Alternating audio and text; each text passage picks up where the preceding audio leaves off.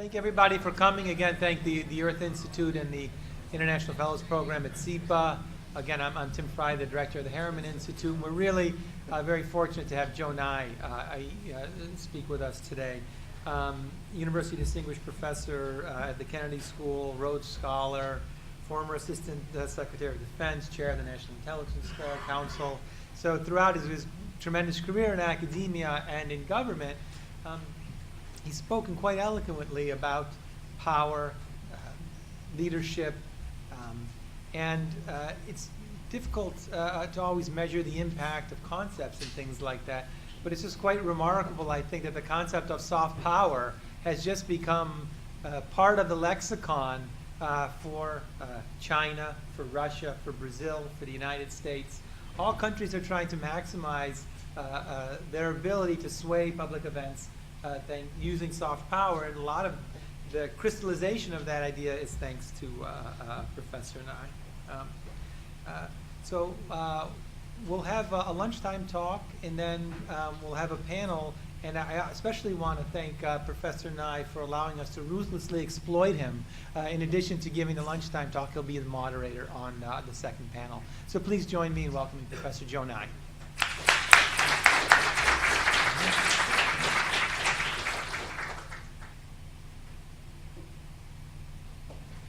Thank you very much, Tim. I realize that we're running behind our schedule, so I'll try to compress some of my remarks to make them shorter so that we have some time for questions and answers, which I often find more interesting than listening to myself talk. I can listen to myself talk ad nauseum and sometimes bore myself, but questions always raise interesting aspects. What I'd like to do is raise a question that's related to the topic that we're addressing today. You might say, do presidents matter? Which sounds sacrilegious. After all, this is devoted to the importance of presidents. But do they matter, and if so, what kinds of presidents matter in foreign policy?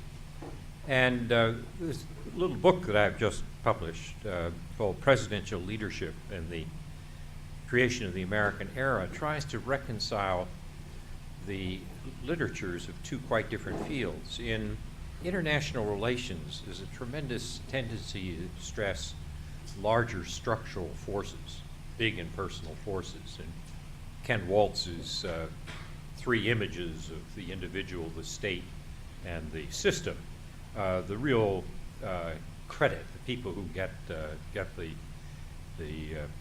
the prizes in the field are those who stress the system. I mean, it's that type of analysis that gets you your tenure appointment.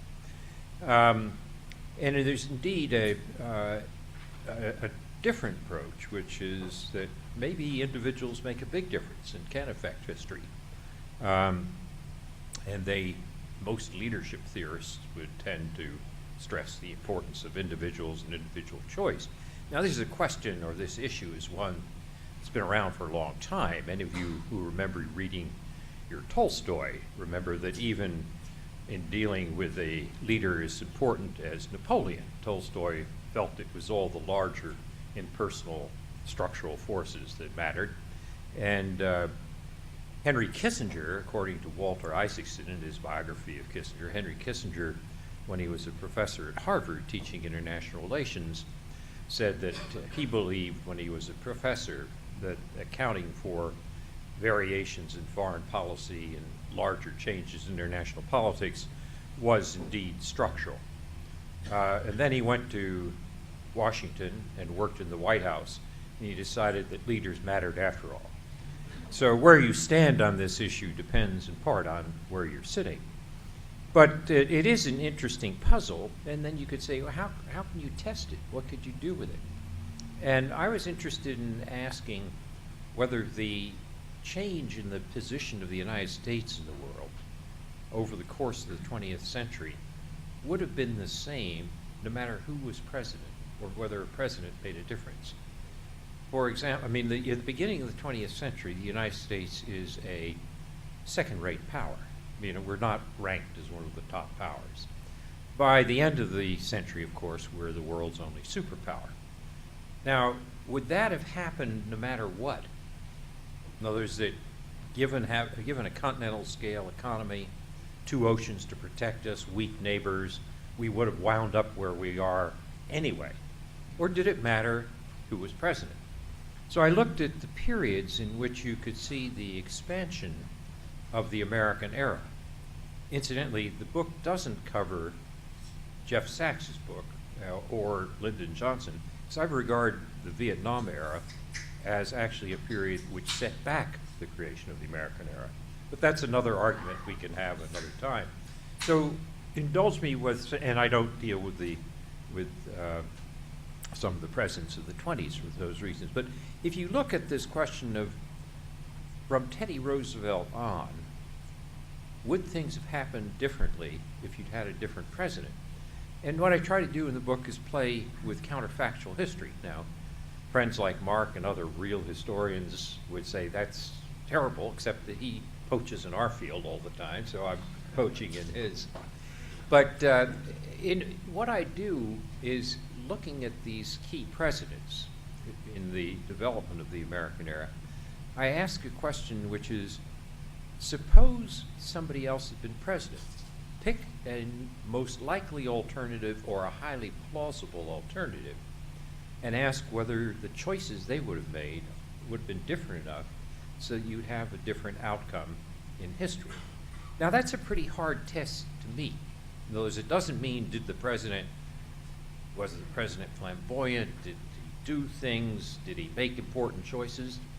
The question is not does that the standard is set, but if somebody else had been president, would the same thing have happened anyway? So I have one flamboyant activist president, and you say, boy, he made a huge difference. Well, if I had another flamboyant activist president who was cresting the same wave, surfing the same wave, then the second president didn't matter. So that's a tougher test than the usual, did so-and-so make a key decision at a key point? And then the second question that I ask in the book, actually is the third question about how do you judge ethics in international relations, but I won't get into that. The second question I want to talk about now in this little short lunch talk is, did it matter, if presidents did matter, did it matter what type of president, what type of leader they were? And leadership theory, since James McGregor Burns in 1978, has tended to divide leaders into what Burns called transformational and transactional. Now, there are lots of problems with those terms, and I discussed that in the book. I'm not going to bore you with it now. But roughly speaking, a transformational president is somebody who wants to make major changes and has objectives for major change. A transactional president, using Burns's terminology, wants to make sure not only the trains run on time, but stay on the track. So there are more limited sets of objectives for what a president wants to do. And it's a spectrum. It's a continuum. I mean, nobody is purely transformational or purely transactional. And sometimes the same president will be transformational on some issues and transactional on others. Think of Franklin Roosevelt in the 1930s. Very transformational in his foreign policy, in his domestic policy in his first 2 terms. Purely transactional in his foreign policy in his first 2 terms. He only becomes transformational in foreign policy after 1938. So the terms are rough approximations of 2 types, if you want, extreme poles of types of leadership. But they're useful because this is the type of theory that leadership theorists use and allow us to test this. Now, transformational leaders tend to make big bets, and those big bets may pay off or not pay off. As I said earlier, I think Kennedy and Johnson made a big bet on Vietnam. Whether Kennedy would have reversed his bet or not, we played around with this morning. But it had severe consequences for the creation of the American era. And Nixon, incidentally, who was trying to repair some of the damage that had been done by Kennedy and Johnson, if I'm able, or if it's permissible for me to use the word Kennedy and damage in the same sentence at this meeting. But if Nixon can be seen as believing the Americans are in decline, trying to manage this, reverse it. Steve Stanovich has a great book coming out that's going to do this far better than I. And so he made a big bet, and the big bet was on China, and it paid off. That was a transformational policy for Nixon. It wasn't one that helped create the American era, but it was a transformational damage-limiting policy. But it's also interesting to note, which people rarely do when they say what a great president Nixon was in foreign policy in contrast to domestic policy, that if you look at another bet that he made almost simultaneously, which is the destruction of the Bretton Woods monetary system, it was a disaster. It unleashed a decade of inflation that hurt not only Ford and Carter, but it really wasn't until Volcker did something about it a decade later that you began to reverse it. So the same president can make big bets, some of which pay off, some of which are failures. But anyway, let me quickly run through 5 presidents that I list as transformational in terms of creation of the American era, and 2 I put in the category of transactional, and then compare them and try to wrap it up. Let's start with Teddy Roosevelt, one of my heroes. He really does belong on Mount Rushmore. Transformational in terms of domestic politics. And many people would say that, you know, he's the one who really began the opening of the United States to the world. And he did some very important things like take Panama from Colombia, which laid the basis for the Panama Canal. Who knows, might otherwise have gone through Nicaragua. And he also built the American Navy. I mean, there are a whole series of things he did.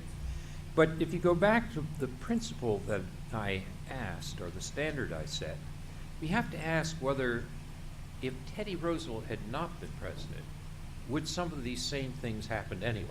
Would there have been a building of the American Navy? Would there have been a Panama or an Isthmus Canal of some sort? So I would argue that probably within a decade or so, most of those things would have happened. That Teddy Roosevelt did these important things, but given this growth of the American economy, remember the Americans had become the largest economy by this time, by the turn of the century, that the Americans were feeling their oats. I think some of this probably would have happened anyway. So while Teddy Roosevelt was flamboyant, important, and so forth, I would argue on my test of counterfactual history that we probably would have seen history following the same trajectory, whether Roosevelt was in the office or not. And the transformational leader who follows him, Woodrow Wilson, you might make some of the same comments about. Wilson comes in without any interest in foreign policy.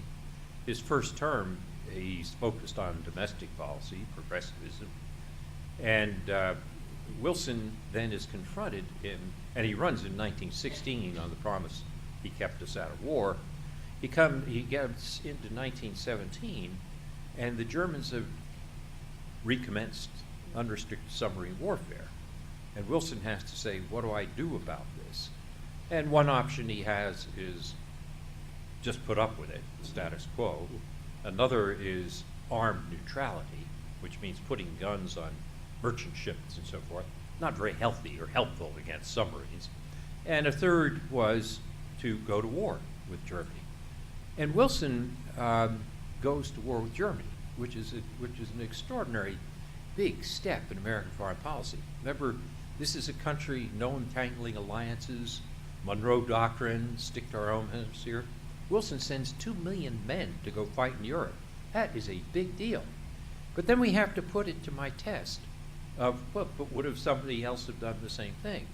And of course, one of the alternatives to Wilson was Teddy Roosevelt, who ran against him in 1912. And Teddy Roosevelt had been chomping at the bit to go to war in Europe well before Wilson ever thought about the idea. So you could say, well, so Wilson fails this test of being crucial for the way history turned out, except for one of the things that's in the title of our topic today, rhetoric. If Teddy Roosevelt had taken us into World War I, it would have been for balance of power reasons, that we should go in on the side of the British and the French, because it was important not to let Germany dominate the continent, and that it would have been a balance of power argument. Wilson thought the balance of power was evil, that it's the way big countries treat little countries like cheeses to be cut up for their convenience. And it was un-American. We were a more moral country then. And Wilson, therefore, in his message to Congress in the 14 points, sets out a principle of replacing the balance of power. We're going to go to war for a larger moral cause. And in the process of doing so, he obviously enshrines this in the Versailles Treaty, the League of Nations, which says that from henceforth, you don't go to war to balance power. You get all the peaceful countries against the aggressor. This is the principle of collective security. Very, very different approach to international politics. Wilson tries to sell this approach and fails. As the question went this morning, I think Jeff made the comment that one of the great ironies of history is that when Wilson couldn't sell it to the Senate at first, he went on his famous Western tour, whistle-stopping to sell this treaty, and suffered a stroke. And the great irony is if the stroke had killed him, the United States almost assuredly would have joined the League of Nations. Unfortunately, he survived. And the net effect, he came back a very debilitated man, and he prevented the moderate Democrats from working with the moderate Republicans to pass the treaty, which would have probably happened if he hadn't survived. Now, what's the importance of Wilson in history? You might say, well, not only would Roosevelt have got us into the war anyway, but Wilson goes for all this fancy rhetoric and doesn't accomplish anything. But it has a powerful effect because what it does is create in the American body politic a reaction against World War I and participating in Europe, which by the 1930s is overwhelming in terms of American opinion. We'll never be suckered into this kind of thing again. And that means that the third transformation, and so if Teddy had taken us in, would have been very different than Wilson took us in, because it leaves the third transformational leader I'm going to describe, Franklin Roosevelt, with a terrible dilemma, which is Franklin Roosevelt says until 1938, until Munich and Kristallnacht, Franklin Roosevelt says, I'm not going to get much involved in this. That's a bit of an oversimplification, but not too much of one. But then Franklin Roosevelt realizes that Hitler is a threat to the United States in the long term. And he tries to alert the American people. And this is another lesson for the title that's in our topic today, rhetoric. We always say Roosevelt, the fireside chat, the magician when it came to being able to speak and use rhetoric and convert people. Roosevelt tries some speeches to try to educate the American people, well, and to educate the Congress by meeting with senators and so forth. Totally ineffectual. So when you think that a president can, in quotes, educate the public, it's just a question of giving the right speeches. A lot of good rhetoric can make the difference. No.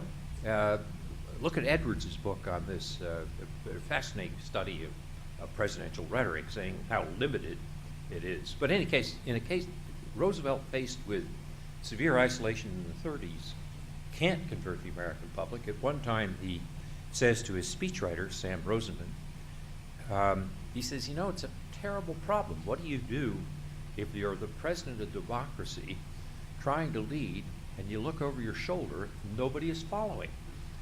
And so he decided the answer to that, if speeches didn't work, was to let events educate the public. In particular, if they weren't coming rapidly enough, you might even manufacture an event or two. And so Roosevelt was not above lying to the American people. So for example, there was an American destroyer, the Greer, which was involved in an escapade with a German U-boat in the North Atlantic.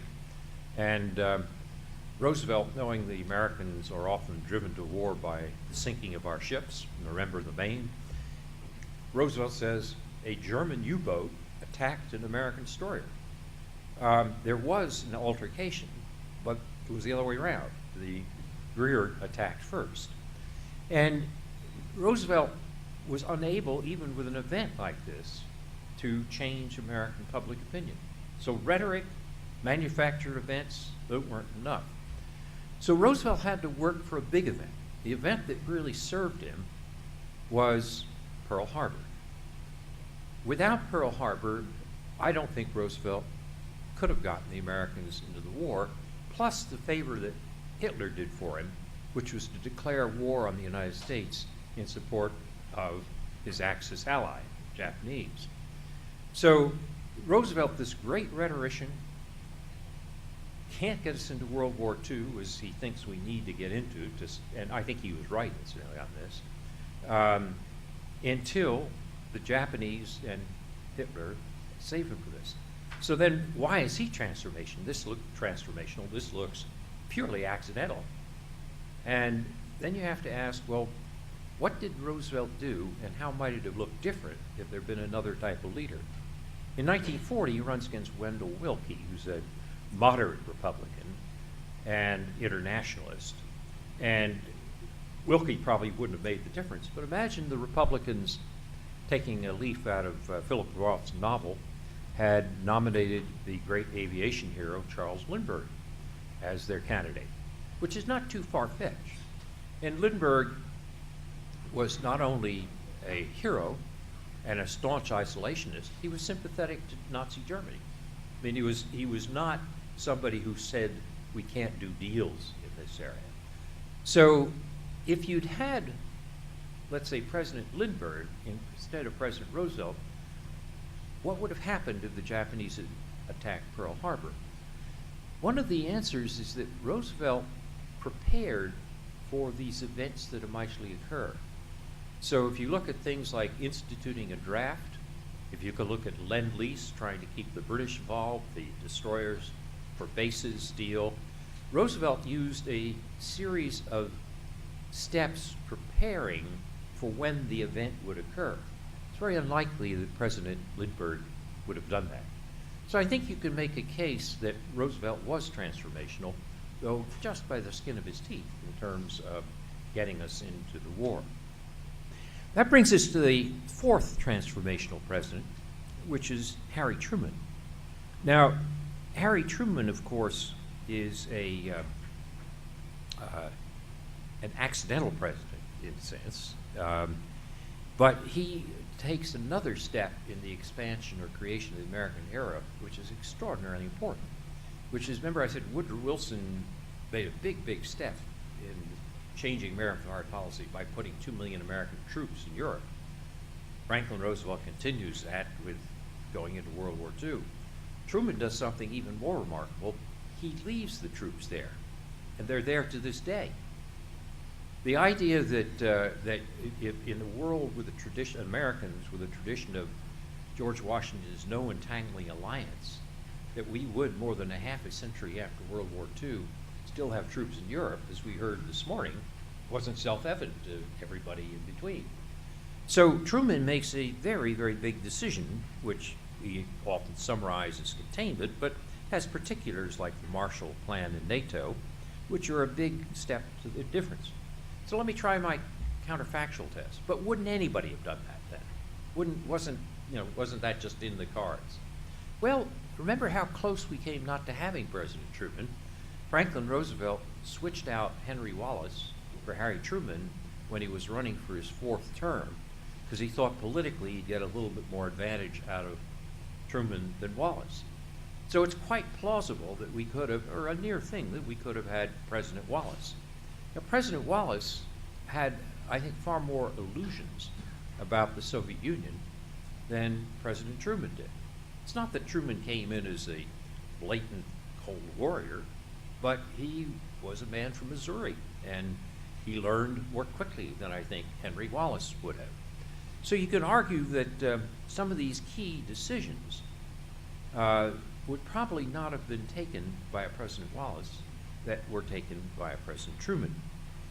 And that finally brings me to my fifth key leader in the creation of the American era, fifth transformational leader, which is Ronald Reagan. and the ending of the Cold War, because that was a truly important point. The Americans had become a major presence overseas, a permanent presence overseas, after World War II, but there was a bipolarity, a balancing of American power by the Soviet Union. With the end of the Soviet Union, you basically leave the Americans as the sole superpower. So this is a big step. Then you have to say, well, did Ronald Reagan cause it or not? And causation here is often hotly debated in political terms. I think the person who really ended the Cold War, gets most of the causal credit, was Mikhail Gorbachev. Because if you go back to what was said earlier this morning on the panel, the Soviet economy had been suffering for some time. And it was an inability of the centrally planned system to cope with the intricacies of a market economy dominated by information. Somebody once put it, the Soviet system was all thumbs and no fingers in a world which was now becoming nimble fingers. And the question, I think, is what took so long? Part of what took so long is that if you have a Brezhnev, and a Chernenko, they don't get it. They can't do much about it. But you did have in there an intervening figure, Andropov, former KGB, very tough. But Andropov had kidney failure. And you have to ask yourself a question, which is, again, a nice counterfactual. If Andropov had had healthy kidneys, would the Soviet Union have lasted another 10 or 15 years? I think yes. So in that sense, we can't attribute to Mr. Gorbachev tear down this wall or building up the American defense budget at the end of the Cold War. Because if it had been Mr. Andropov tear down this wall or don't spend, I'm not sure you would have gotten the same outcome. I think where Reagan really deserves credit is Reagan was very excellent at rhetoric, but he knew something more important. He knew how to combine rhetoric with collecting. So you talked very tough, but then you put out your hand and you reap the rewards. Reagan knew how to bargain. It wasn't just to say fancy things. It was to say, now, let's see if we can do a deal. And I think that is really what was Reagan's contribution and skill in terms of working toward the end of the Cold War, was that he goes to Geneva in 1985, meets with Gorbachev, and unlike most of his administration, which is extremely mistrustful at the time, says, you know, I can do a deal with this guy. And he begins to work with Gorbachev in a way which sets the scene for the future. So I think that's where Reagan deserves credit. The usual emphasis that we put on rhetoric, going back to the title of today's topic, may mistake our understanding of why Reagan was transformational. Yes, the rhetoric was important, but it wasn't the whole key to the success. So those are the 5 leaders that, to me, they were transformational leaders, and except for Teddy Roosevelt, if you'd substitute another person for them, history would have been different. So I think I would argue those 4 of 5 were indeed transformational leaders who passed my test, my counterfactual test of having made a difference. Now let me turn to the 2 leaders that I put in the category of transactional. And those were Dwight Eisenhower and George H.W. Bush, the first Bush, Bush 41. Now Eisenhower comes into office partly to consolidate. He had been worried about Robert Taft being nominated and bringing Americans home from Europe, undoing the progress. I mean, after all, Eisenhower had been supreme commander in Europe. He'd been at NATO. He believed that you should have American presence here. We can argue about how long the long term for that should be, but in the short term, a decade or so, he definitely wanted to preserve that. And so he essentially consolidates what Truman had created, which is containment and a permanent American presence, or what begins to be a permanent American presence. And I think that, even though that's transactional, no big inventions there, but it's an effort to consolidate the gains of the previous administration. That's important, but there's something else that we have to notice about Eisenhower, which is that the decisions he made on nuclear weapons, he was quite happy to use nuclear weapons to save the defense budget. I mean, that massive retaliation and more bang for the buck was important. But when it came to nuclear use, he was extraordinarily careful. So in 1954, when Admiral Radford, chairman of the Joint Chiefs of Staff, says the only way we can defend the French at Dien Bien Phu is by using tactical nuclear weapons, Eisenhower says no. And the same thing happens again in the Kimoyamatsu Islands crisis just off the coast of China. And Eisenhower again says no. Imagine that he decided that differently. I mean, that could have been a huge difference. Imagine instead of the taboo that we have, a 70-year-old taboo against nuclear use, that nuclear weapons become weapons that were regularly used every decade or so to stop large or small wars. It'd be a very different kind of world that we're living in today. And you can say, yes, but anybody would have been horrified by that. Well, no, I can think of a World War II general who wanted to be president who wouldn't have been. Douglas MacArthur, who explicitly recommended the use of nuclear weapons. So Eisenhower's decisions on not using nuclear weapons are tremendously important, which brings me to a larger point that I want to make about looking back over history and do leaders matter or not, and what's the role of rhetoric. There was no rhetoric involved with this at all. It was a decision not to do something. In fact, I would call it the Sherlock Holmes principle. What was important here was the dogs that didn't bark. Eisenhower quietly made key decisions not to use nuclear weapons. Tremendously important, has nothing to do with presidential rhetoric. Now, if you look finally to my last president that I'll discuss, who I presided over the creation of the American era and was transactional, it's George H.W. Bush, or Bush 41. Now, Bush 41 was famous for saying, "I don't do the vision thing." In some ways, he was distinguishing himself from Ronald Reagan. He knew he wasn't going to compete successfully with Reagan, but it also reflected his background, the way he was brought up as a Andover and Yale WASP who was supposed to be modest about things. And he basically was cautious in his use of rhetoric and very cautious about promoting a vision or having an incremental, or having a transformational view. So when the wall finally goes down in November of 1989, through a mistake, largely a mistake, bureaucratic mistake inside the German Communist Party, people come to Reagan, his supporters, and say, to Bush, and say, we ought to make a lot of political capital on this. I mean, we got to really do this up. This is a huge victory for us. And Bush says, no, I'm not going to dance on the wall. I have to deal with Gorbachev, and I'm not going to put him in a corner. And a month later, he has a summit at Malta with Gorbachev and begins a process which leads to one of the most extraordinary transformations of the 20th century, which is the eventual unification of Germany inside NATO without a shot being fired. That's an extraordinary change, not because of a transformational vision or rhetoric, but because of extremely careful management in essentially foregoing the temptation of rhetoric. Now, that again is an example of a non-event rather than an event.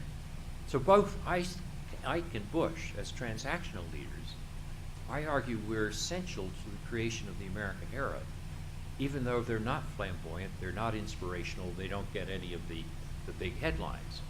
But were, from a larger historical perspective, extremely important in terms of the decisions they took. That puts some of the topic today about the role of rhetoric into a different perspective. Now, just to summarize and complete this, it does lead me to say that there is a tendency for Americans and commentators, both academic and non-academic, to place too much of the premium on transformational presidents, people who are inspirational, flamboyant, have large visions and objectives. Sometimes that's very important. Sometimes it's not, and can be, in fact, counterproductive. I would, with all deference to Mike, I would contrast Bush 41 and 43. Bush 41 had no vision, but extraordinary capacity at implementation because he had great contextual intelligence about international affairs. In my view, Bush 43, who actually in 2000 doesn't have a foreign policy view, but develops a foreign policy view after 9/11 in response to the trauma of 9/11, not just personally, but of the national trauma. But it's a vision which doesn't, to me, have firm enough roots and doesn't have enough understanding of the context that it can be implemented. And the net result is, I think, one President Bush was a great success. The other President Bush in foreign policy, I would argue, failed. Now, that's an oversimplification because there are other things that the second Bush did, like his attitudes on Africa and AIDS and so forth, which are great successes. But I'm just trying to do this part relating to the larger position of the Americans in the world. Now, what that means, in my view, is not that transformational leaders are right or wrong, but there's something more important than rhetoric, and there's something more important than having a large vision, and that's having contextual intelligence. I think Jeff or somebody mentioned this morning that Kennedy grew up in an ambassador's household, had written his thesis about international affairs, had spent time overseas, had written books about this, had followed it closely as a senator. Kennedy had very good contextual intelligence. So when you get to something like the Cuban Missile Crisis, he had a sense of how to play this, which is very different. And if you want a counterfactual there, imagine that Lyndon Johnson had been president. Imagine that Lee Harvey Oswald had come a year earlier. Lyndon Johnson had been president. I think if you read the transcripts of the Cuban Missile Crisis discussions, we would have had a disaster if Johnson had been president in 1962.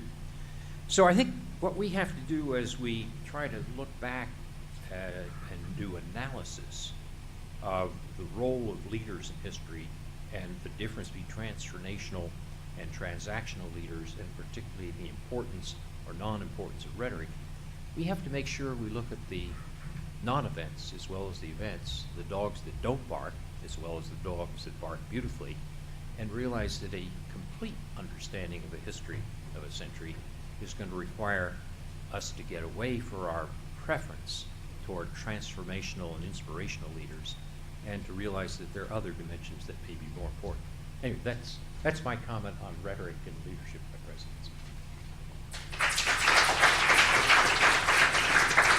You want to take 2 minutes for questions before we start the panel? Or?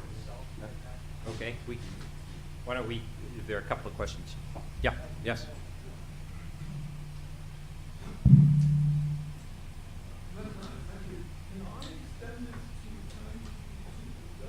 Sorry, hold the mic closer to your mouth. Yeah. Right. Can I extend to the Chinese leadership and just ask you if Liu Shaoqi had gotten rid of him now after the failure to break the forward, do you think a lot of things might have changed in that time?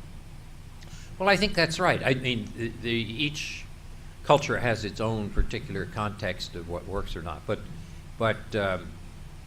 I do think that it's a case. If you look at if Liu Shaoqi had succeeded, things might have turned out quite differently in China.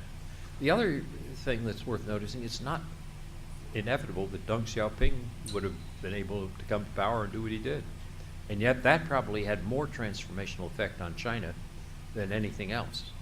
I mean, in the sense that it's really Deng's reforms which led to this extraordinary change of China's position in the world over the last 30 years.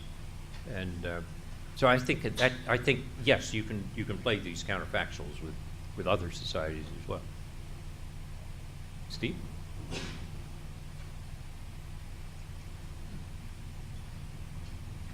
Joe, thank you very much for those really interesting remarks. For my money, any lunchtime talk that includes the observation, unfortunately, Woodrow Wilson survived his stroke,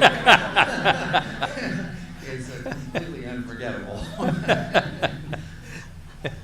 We've had a lot of nervous references today to the predicament of our current president.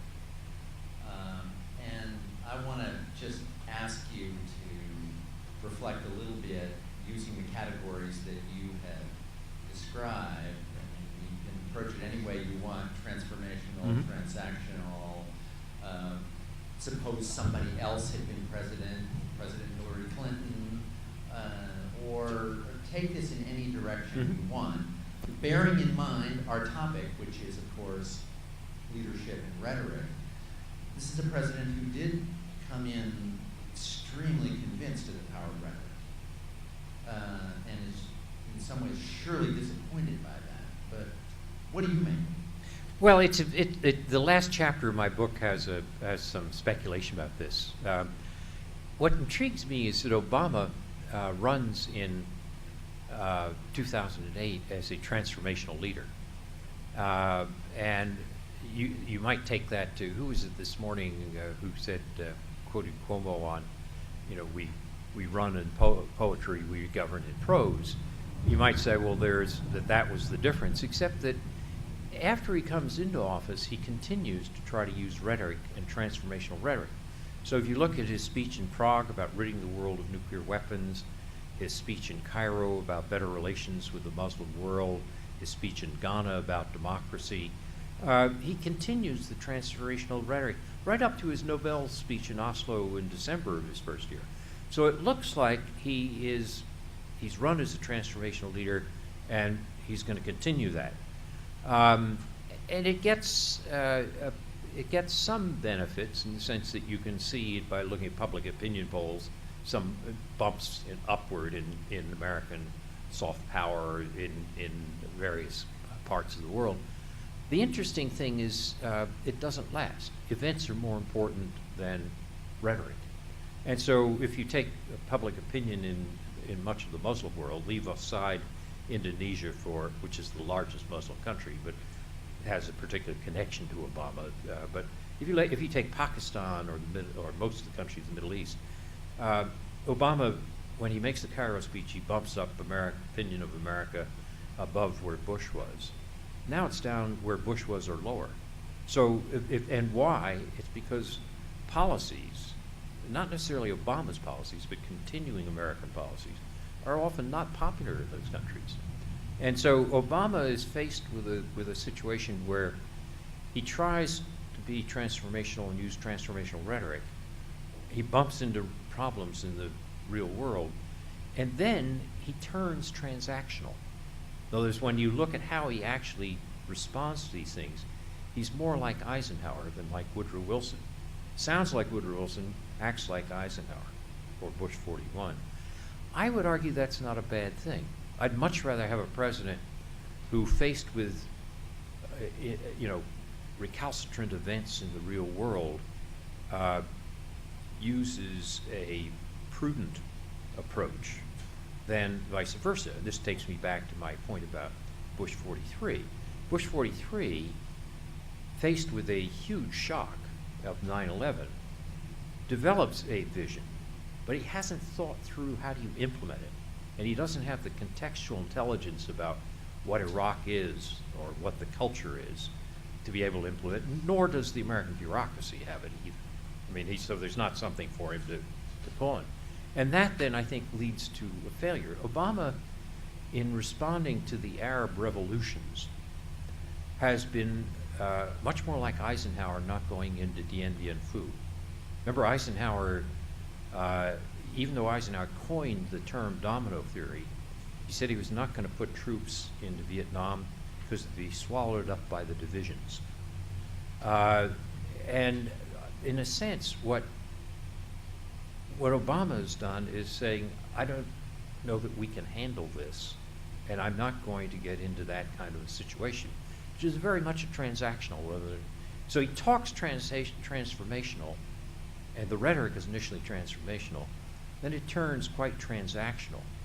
And you can have different views as to whether that is good or bad. If John McCain had won, McCain, at least by his statements subsequently as a senator, and I haven't admired John McCain, so this is not an anti-McCain comment as such, but McCain, I think, would have gotten us into something more involved, at least if you believe what he says. And part of that then goes back to the point that I summarized at the end, which is, I think the most important dimension we would look for in presidents is contextual intelligence.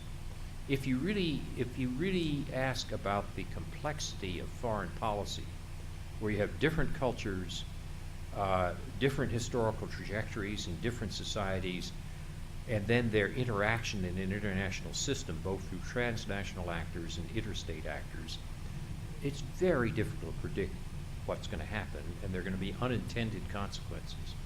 And in those types of circumstances, the first rule ought to be the Hippocratic Oath. First of all, do no harm.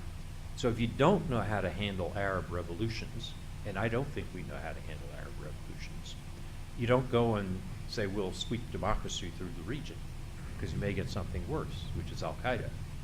So I think Obama starts, you can call it bait and switch. He starts transformational, turns out transactional. Actually, I'm glad he did. But that's just my personal preference, because I don't think you were able. I was taught, Neil Ferguson and I were on a panel, and he's a colleague and friend, and he was saying, well, the problem is Obama never had a strategy for democratic revolutions in the Middle East. If he'd had the strategy for democratic revolutions, we wouldn't be in the mess we're in today. I'm not convinced. I mean, Bush had a strategy for democratic revolutions. We're still in a mess. So I just don't see, I think when you're dealing with revolutions in societies you don't fully understand, you gotta realize revolutions are not Arab Springs that take a year or 6 months or whatever. They're decade-long processes. And if you think of the French Revolution, which basically, if you look in 1789 and you'd said, what would you predict a decade from now? I doubt you would have predicted that a Corsican soldier would have French troops on the Nile, or that it would take another decade and a half after that to get to the Congress of Vienna, which finally brought stability. And you say, but if the great powers in Europe had intervened, would it have happened better? No, they did intervene, and it made things worse. So I just think that trying to micromanage revolutionary change is beyond our capacity. And unless we know how to do it to make it better, we ought not to do it. So that would be my defense of Obama. Yes, he did not have a vision for the Arab revolutions. I'm not sure the vision would have made things better. Yes? Hello. Hi. You mentioned that that in prelude to World War II, Mr. Roosevelt had falsely presented the conflict between a destroyer and a German submarine from a strategic point of view of promoting American involvement. That sounds like it may have some similarity to the question of George W. Bush's presentation of the situation after 9/11 for after we'd invaded Afghanistan for also invading Iran, which was originally presented as a defensive move so that Iraq did not give nuclear weapons to terrorists. Do you feel that that truly was Bush and his administration's heartfelt belief of the danger, or do you feel that was a strategic move to get us involved in something that he thought was a policy good? Well, I give Bush the benefit of the doubt on good intentions or good faith. The most intelligence estimates said that Saddam did have weapons of mass destruction. And in that sense, when Bush... They said weapons of mass destruction. No. Well, no, you could then say, was there exaggeration? For example, when Condi went on TV and talked about mushroom cloud, that's a long way from just an assessment of weapons of mass destruction. So, yeah, presidents always exaggerate.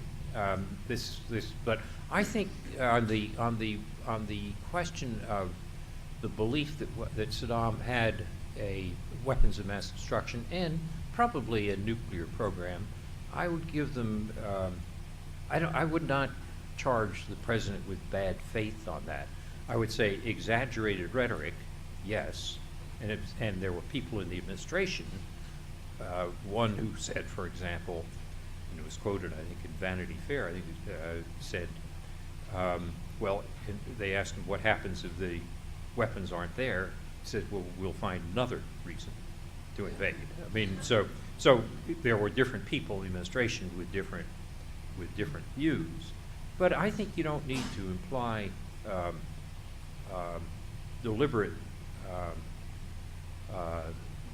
lying to Bush for the mistakes he made. I thought those were, I mean, the mistakes are, it'd be a lot easier if it were. The mistakes that were made were much more complex, to my mind, than just that. Yeah. In a democracy, how does the population provide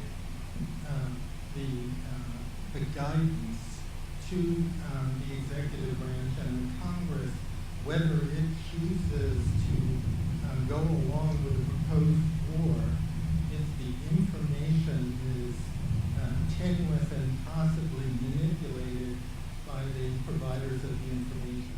Well, it's a real problem for democracy. Remember, as I mentioned, Wilson was elected in 1916 and he kept us out of war. Roosevelt campaigned in 1940 to keep us out of war. Lyndon Johnson campaigned in 1964 to keep us out of war. This is not a new problem. It's been around for a while. And I think the question of how in a democracy do you guard against this, you try to look for how much you don't look at, to my mind, you don't look at the rhetoric of the presidential candidate or the president. You look at the contextual intelligence and the way in, if he's been in office, how does he manage events, crises, and so forth. Or if he hasn't been in office, what's his background, and try to understand these things. I mean, what's your reason to believe that he would be able to do this? But it's one of the risks of democracy, and we paid the price a number of times. I think that probably should get us to our panel. We're going to